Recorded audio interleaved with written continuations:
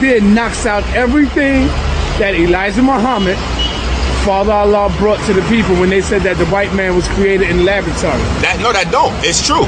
So you agree with Elijah Muhammad? We genetically modified the Rhesus monkey. Okay. We genetically evolved the Rhesus monkey, and that's why when they dealing with the studies of the caveman, there's large gaps between his intellectual capacities, which is how they grouped them from Cro-Magnon and so on and so forth. They can't fill in those groups because there was no fill-ins for them. We genetically enhanced one and watched it grow. Then we saw its shortcomings, got rid of that group. So you and Tahuti is in conflict because Tahuti don't believe in that teaching no more. Well, I mean, science, R-H-E-S-U-S. I mean, he don't have to believe it.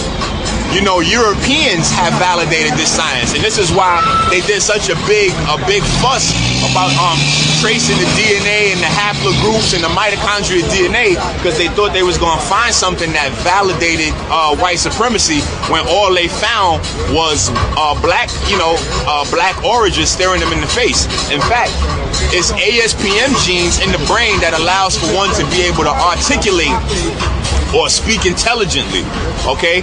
They didn't even have ASPM genes in their brain 7,000, 8,000 years ago. So what does that mean in English? That means that only thing they could communicate was grunts back and forth to each other prior to 10,000 years, since 7,000, 8,000 years ago. So before 10,000 years ago, they couldn't have done anything intelligible. And this is proven scientific fact. Look, not in our laboratories, it's in their laboratories. Okay, Tahuti will break down his point. That the white man is a light-skinned African. Well, I mean, I already know his point, because his point is based on the studies that a lot of our scholars have done.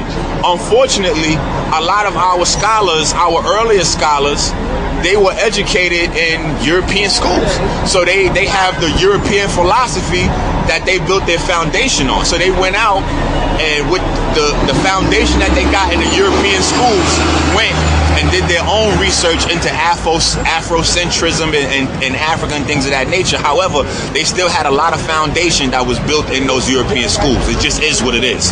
Okay. All right. So I know the community may get at Minister EnQi, but you can't fight science. It is what it is. And O negative blood is very is the most purest blood on the planet.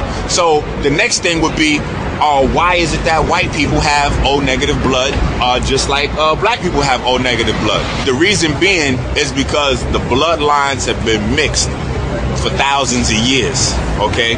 But when you trace the origin, they would tell you if you open up any book, O blood type is the original, and the difference between O negative and O positive is that O negative, they have no scientific origin on this planet for O negative blood type, but they do know that O positive comes from Rhesus monkeys, and that's Google searchable. Sutek Google something, and that's dealing with the statement that we made earlier about, you know, about the white man being from monkeys. Sutek, what you got for us, brother? I just looked up Rhesus monkey on Google, and this is what it says. It's a lot here. I'll just read the first couple of paragraphs. It said the Rhesus macaque, spelled M-A-C-A-Q-U-E, but they also put in parentheses Rhesus monkey, spelled M-O-N-K-E-Y. Is an abundant primate species that diverged from the ancestors of Homo sapiens about 25 million years ago. Because they are genetically and physiologically similar to humans, Rhesus monkeys are the most widely used non-human primate in basic and applied biomedical research. Wow. We determined that the genome sequence of an Indian origin macaca, mulatta female, they're referring to the monkey, and compared the data with chimpanzees and humans to reveal the structure of ancestral primate genomes and to identify evidence for positive selection and lineage-specific expansions and contractions of gene females. A comparison of sequences from individual animals was used to investigate their underlying genetic diversity. The complete description of the Mackay genome blueprint enhances the utility of this animal model for biomedical research and improves our understanding of the basic biology of the species. The end of that is just a lot of scientific stuff on why they use the monkey in tests. Well, no. Hold on a second. Let me just finish. For experimental things, Right. But the beginning of it, first part what I said, backs up what he says, but in reverse. They're saying that the monkey came from the human. 25 million years 25 million years ago. Now here's the fly thing. And Brother EnQi said that the human came from the monkey. Right. Now here's the fly thing. You can see where they're trying to play games with the information. Because in the same breath, they would tell you that there was no humans here 25 million years ago. That is true. They would tell you that we came here a few thousand years ago, or that the first cavemen, so to speak, were here 200,000 years ago. So you got to see where the flaws come in that shows that the information might be slightly, and this is how history gets tainted. They take a fact and distort it just a little bit. And when they distort it just a little bit, that's enough to throw most people off the trail for good. And then they build upon cracked foundations, and then you get completely flawed sciences, like saying that the European is a light-skinned African. Also, you can also Google search. Well, you probably have to do a little bit more than Google search. But if you look at the Indian scriptures, they document tens of thousands of years of war between Africans and monkey men. And they say monkey men specifically. Okay? Wow. All you have to do is look in the Indian scripture. The Indians? The Europeans. They would tell you, though, that it's in their scriptures. They got tens of thousands of years of written history of wars between. Well, they kind of came before the cave people, and that's how they became cave people, because as a result of these wars, there was a nuclear fallout, and people had to retreat into caves and things like that, and so on and so forth. But I want to get off the subject. But they document tens of thousands of years of wars between Africans and monkey men, and now that history has become blurred.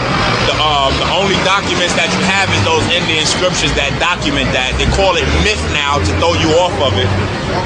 And the only remnant left of that's in hardcore science is biology with the Rh positive and Rh negative, because they can't get rid of certain things because they have to understand their phenotype. That's why it's dangerous for us to go into these hospitals, because these hospitals are not dealing with our phenotype. Okay? Like I said, when you're dealing with Europeans, also a lot of us tend to forget, because we talk about melanin so much, that we think that they don't have any melanin. If Europeans didn't have any melanin, they would be dead. All of their organs, every cell in their body requires melanin to function. So they have to have melanin inside their body for it to function. So what's the percentage of it? It's a lower percentage, and like I said earlier, it's a different type of melanin. We have eumelanin, they have pheomelanin. Pheomelanin is a recessive type of melanin, and when you look at it under a microscope, it cracks. Okay, so that's another reference to cracker, right? But it cracks up when you look at their melanin under a microscope. But it's pheomelanin and eumelanin, completely different. They have sulfur at the core of their melanin, which means that they have a completely different biological structure. Okay. A completely different biological structure. That's why the hair is different, the lifespan is different, everything is completely different. And that's why even with them eating healthy as possible, because they in the spas, they in the health food places, and they've been in there for years. They run all that's day. That's right. Now they run all they doing everything to be healthy, right? And they doing everything to supply us with shit to keep us unhealthy. So even with the liquor, even with the weed, even with the crack, even with the cigarettes, even with the AIDS, the cancer, the heroin, all that shit, we still outlive their ass. So you have to ask yourself the next question, especially when you look at, for instance, look at the brother Polite with all those books he wrote. He has spent 20 years eating McDonald's, loading up on sugar, had diabetes and all that. You gotta ask yourself, look at Malcolm X. Spent all that time dyeing his hair, eating pork and all that shit. What would our level of excellence be right? Because Michael Jordan, look how he revolutionized. But look at all our greats. What would our level of excellence be had we practiced health from the womb to the tomb like they do, as hard and religious as they do? If we paid attention to our diets, that's right. And Superman is based on the science of the black body, because Superman was created by two Jewish guys in the middle of that whole German, that whole German thing, which wasn't really about Jewish people. It was about Africans. The Holocaust